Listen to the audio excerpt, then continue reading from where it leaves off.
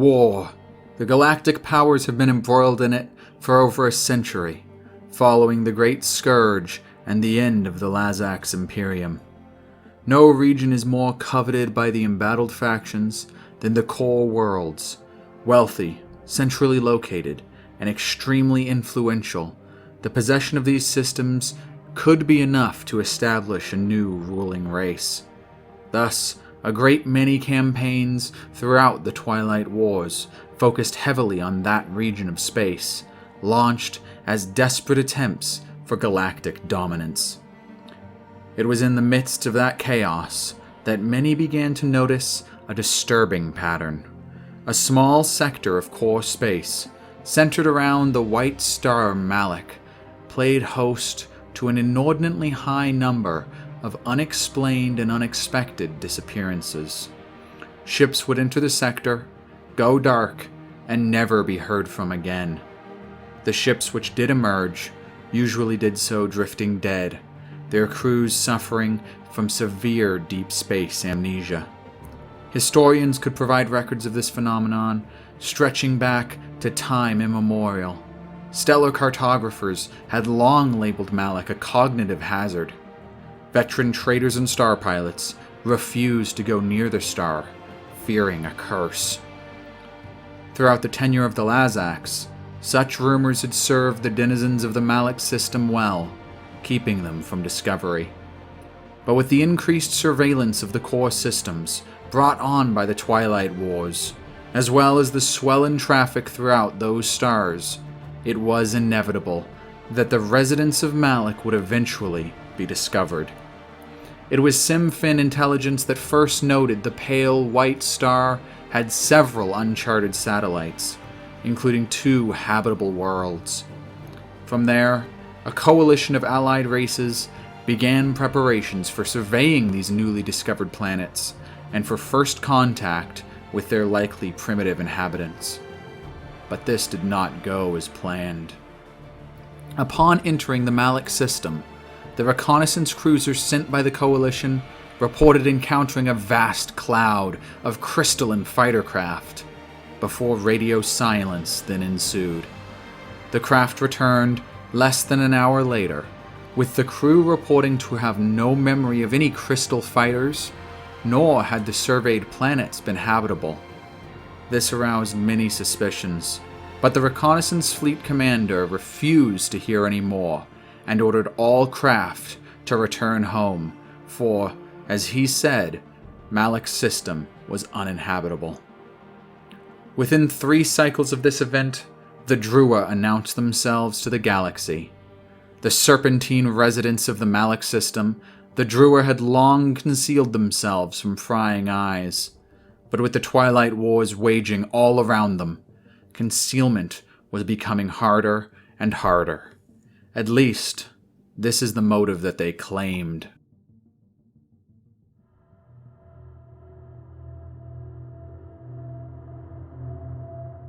Immediately, the interstellar powers began to meet with these Druaa, who called themselves the Naalu Collective, seeking to court their allegiance. Most expected to find a relatively primitive spacefaring race in the Druaa, thanks to the Collective's isolation for all these many years. Imagine the galaxy's surprise, however, to discover that the Naalu not only possessed state-of-the-art sciences and infrastructure, but even some technologies more advanced than any that the great powers had ever seen. Suspicions abounded. The galactic powers wanted answers as to just how it was that the Naalu had remained hidden for so long, and how their civilization was so advanced in spite of it. And despite Druaa misdirection, soon the galaxy would have its answers.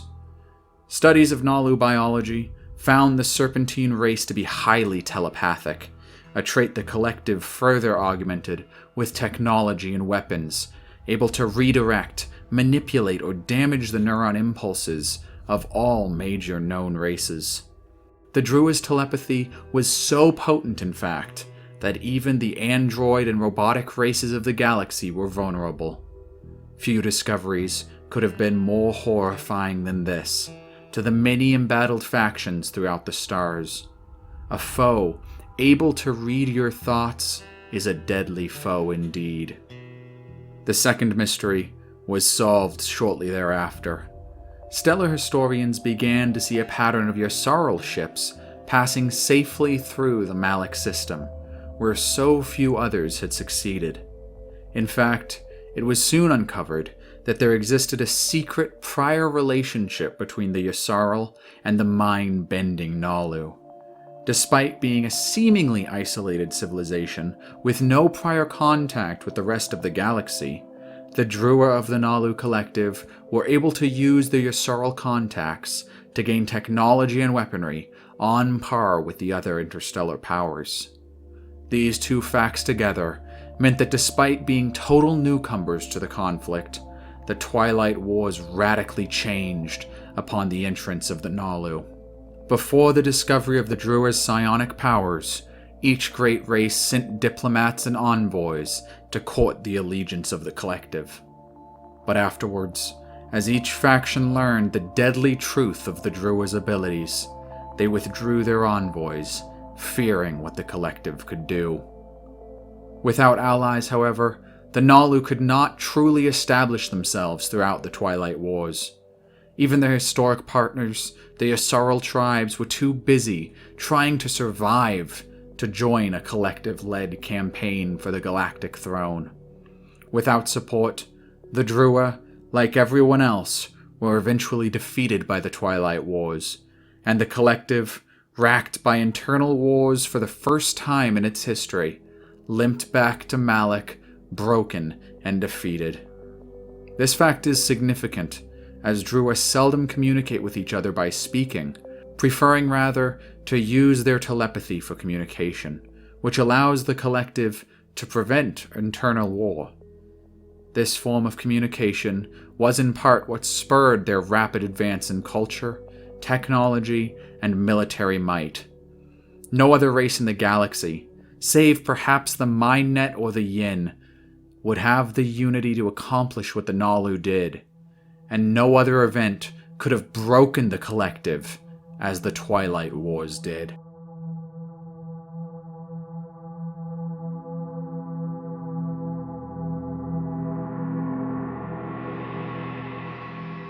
In the long night following the Twilight Wars, the Naalu Collective quietly rebuilt their glittering crystal cities and lush tropical gardens. Despite originally hailing from the bog world of Mallac, the beautiful Naalu had long ago made their home on the paradise planet of Druaa, disavowing any evidence that they had ever come from such a hideous place. After all, the proud and arrogant Naalu would never wish to be associated with the stinking bogs and mist plains of Mallac. Instead, the Druaa had industrialized that planet, covering the swamps and mud with factories and farms. They enslaved the native low-sentient race of Miashan dwelling there, using them as slave labor in the great rodent farms which covered much of the planet's arable land. And this allowed the Collective to preserve Druaa's natural beauty, while still letting the Naalu grow and expand as a civilization. By the time of the Custodial Wars, the Collective had fully recovered their might, amassing great power and influence throughout their sector. In her palace in the crystal city of Irshin, the Druaa leader, Netfishh, began to prepare plans for conquest, that the beauty of Druaa might spread across the stars. Even before the Custodians sent out their call, thanks to the arrival of the L1Z1X Mindnet, beautiful, sleek spaceships patrolled the Mallac system's outer borders, and Naalu troops trained and mustered on Druaa's 2 moons. Then, following the outbreak of the Custodial Wars, the Druaa put these forces to good use, immediately setting about conquering their neighboring worlds. Before long, the ornate and elegant warships of the Druaa hung over each of the major population centers of hundreds of core worlds. After all, who can resist an enemy capable of reading thoughts and controlling minds? As Druaa expansion continued, the collective's vision became clear to all. Worlds deemed ugly and chaotic were broken down and rebuilt to collective specifications, spreading the Naalu's vision of beauty and order throughout their burgeoning empire. And this spread would have likely continued unabated if not for the Creus expedition. Following the disaster on Acheron and the emergence of the Volwraith Cabal, the Naalu found themselves and their empire directly threatened by this new, extra-dimensional threat. Despite the Druaa's telepathy, the Volwraith were so numerous that collective space was quickly overrun. The Druaa were forced to give up their war with the Letnev over the Alpha Wormhole in order to reinforce their home sector against Volwraith advances. Recently, however, thanks to reinforcements from the neighboring Yssaril and Winnu, the collective has begun to gain some breathing room, and in places has even forced back the Volwraith. Only time will tell if the Druaa can win their war with the Cabal, but if they can, it is likely that a time will come when the rest of the galaxy will know tranquility, order, and the true beauty of the Naalu. The stars will submit to that beauty, or be destroyed.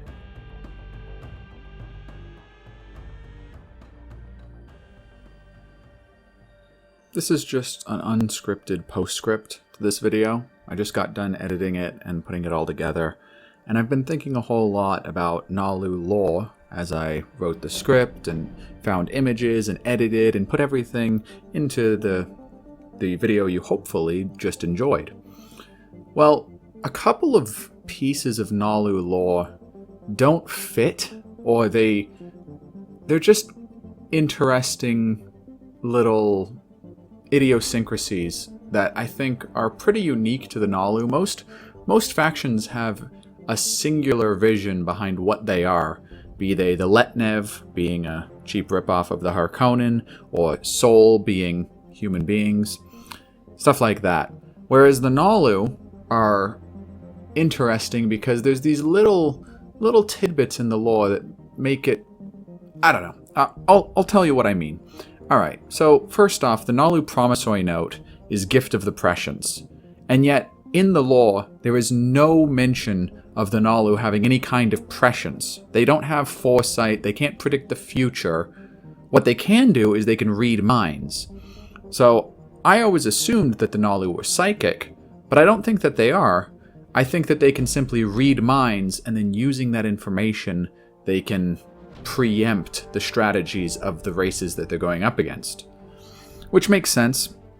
After all, these are strategy cards that the Gift of the Prescience promissory note impacts, so there's a sort of abstraction there of these are the strategies that these other factions are choosing, but because the Naalu know that, the Naalu are able to preempt them, and therefore they put the 0 token on their strategy token because they're going first in a way. They're preempting the actions of the other races. Which makes sense given telepathy, and it's a good way to get around the fact that, again, in the lore, at least as far as I could find, and believe me, I looked, if you can find a reference to the Naalu being psychic, put it down in the comments, because in the lore, I could not find a single mention of it.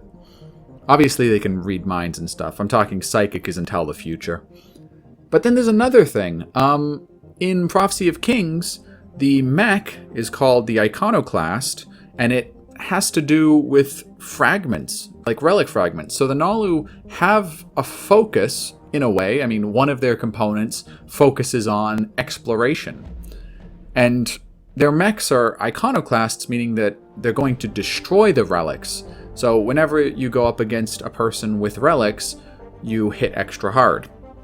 You don't actually destroy the relics in-game, but given the name of the mech, I'm assuming that the Naalu dislike the past. They dislike the relics found on other worlds, and so they're trying to destroy them. Something along those lines. I'm not precisely sure how I feel about the Iconoclast mech, but in a weird way, it kind of ties into Naalu lore from 1st edition, because I went back and read the 1st edition lore, and there is kind of an eerie line that talks about, and I included it in the video, it talks about how they would, if a planet was chaotic or ugly, they would remake it. They would break it down and rebuild it to their own desires and specifications. So it kind of has a terraforming vibe to it, a destroy the planet and then rebuild it from the ashes sort of feel. And that kind of dovetails with the Iconoclast mech in a way that, I'm still trying to digest it even as I'm recording this, because I just had this sort of breakthrough. But I'm just intrigued as to your guys' thoughts on these weird little things in the Naalu lore. For instance, they claim to have a gift of prescience, and yet they can't tell the future. And then they have these mechs that are iconoclasts, and there's this sort of unspoken, at least in 3rd and 4th edition, terraforming aspect going on. And I don't know, there's all these little pieces that just don't quite fit the classic sexy psychic space snakes, and I'm just interested what your guys' thoughts are. So please leave them in the comments. I'd love to have a discussion with you down there, and maybe I'll do an actual video breaking down all of this. If you're interested, put that in the comments as well. Until next time, I hope you enjoyed this video, and I'll see you on the next one. Cheers!